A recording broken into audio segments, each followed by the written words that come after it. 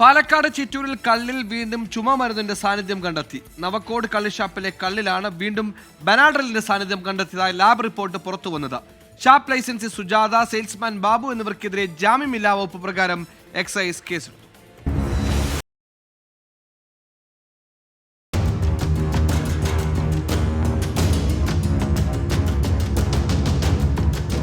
മാസങ്ങൾക്ക് മുൻപ് നടത്തിയ പരിശോധനയിൽ ചിറ്റൂർ റേഞ്ചിലെ 6-ാം ഗ്രൂപ്പിലെ 6ഓളം ഷാപ്പുകളിലാണ് ചുമമരുന്നിന്റെ സാന്നിധ്യം കള്ളിൽ കണ്ടെത്തിയത്. അന്നു തന്നെ ഷാപ്പുകൾ അടയ്ക്കുകയും ലൈസൻസികൾക്കെതിരെ കേസെടുക്കുകയും ചെയ്തിരുന്നു. നവക്കോട് ഷാപ്പിലെ 2ാം പരിശോധനയുടെ ഫലമാണ് ഇപ്പോൾ പുറത്തു വന്നത്. ഈ സാമ്പിളിലും ബനാഡ്രിലിന്റെ അംശമുണ്ടെന്നാണ് കൊച്ചിയിൽ നിന്നുള്ള ലാബ് റിപ്പോർട്ട്. നിലവിൽ ഒരു കേസ് നവക്കോട് ഷാപ്പിലെ ലൈസൻസിക്കെതിരെ നിലനിൽക്കുന്നുണ്ട്.